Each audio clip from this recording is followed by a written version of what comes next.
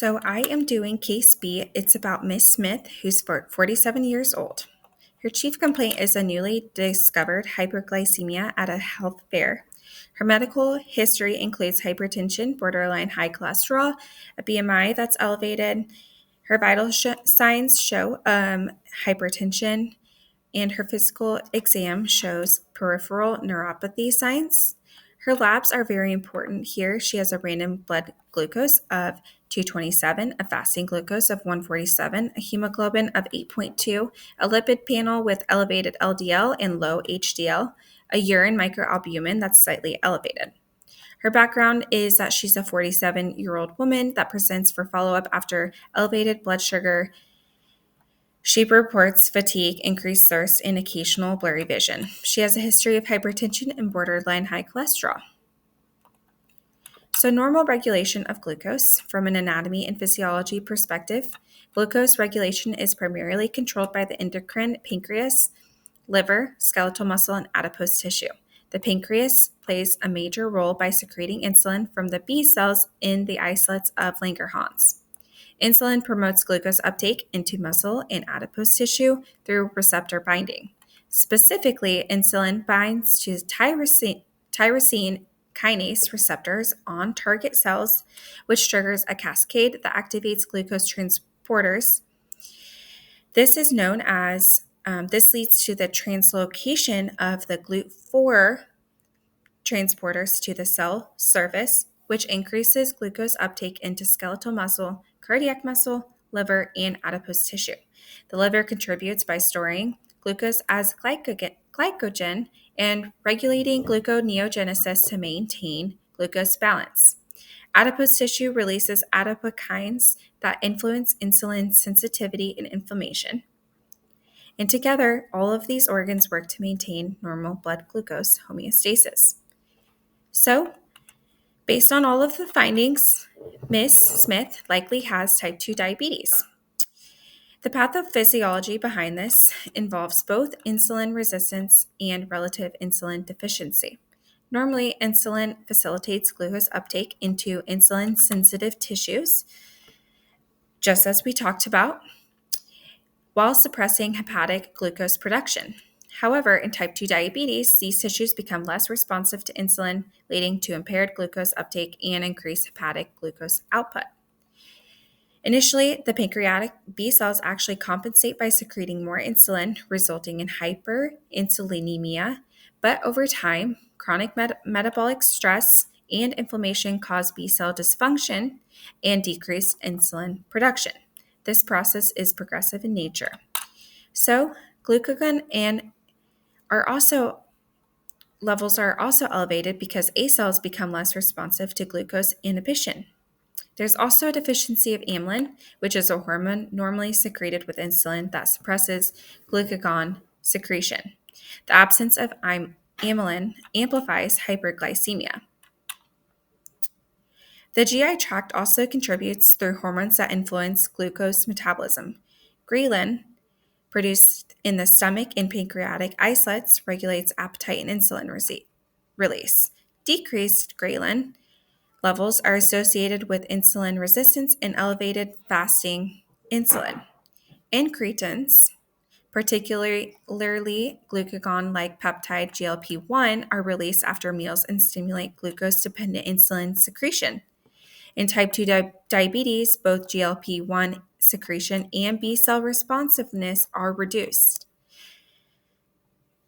Lastly, the kidneys contribute to hyperglycemia through increased glucose reabsorption by the sodium glucose cotransporter 2 in the proximal tubules. This mechanism worsens blood glucose levels in type 2 diabetes due to increasing renal glucose absorption.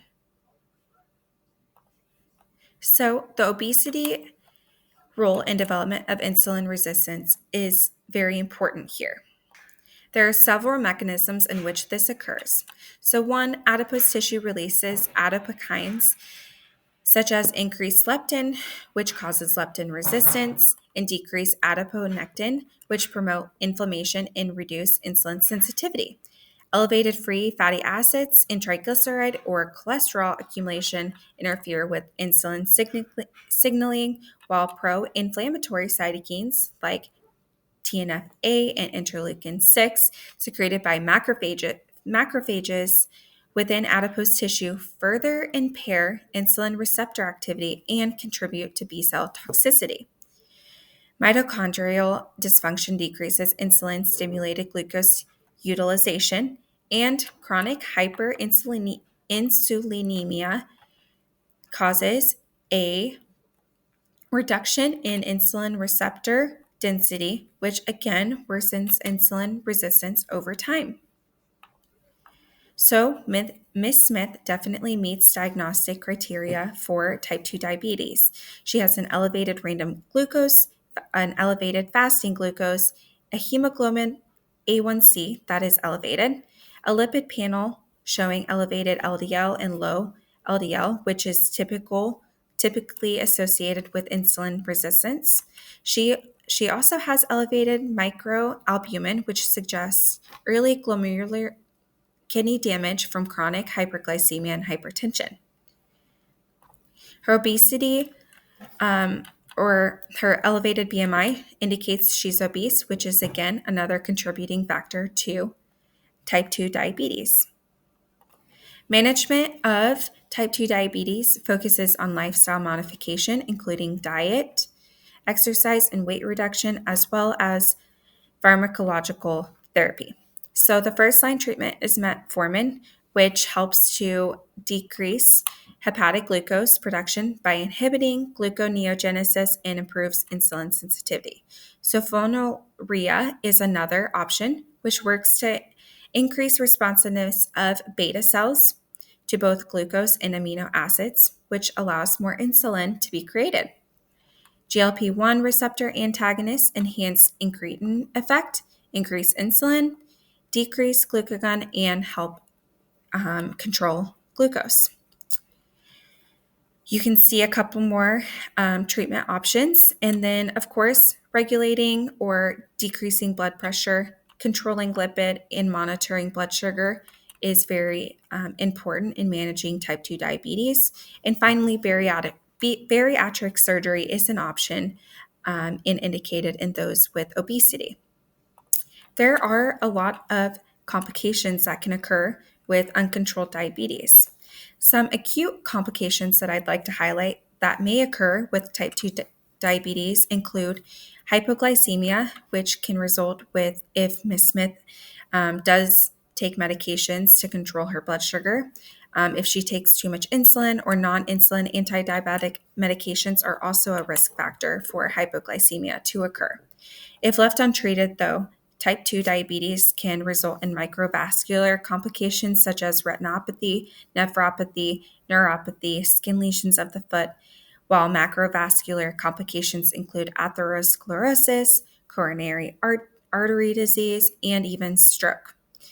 There's also an increased risk of infection due to the impaired immunity, tissue ischemia, delayed wound healing, and urinary retention.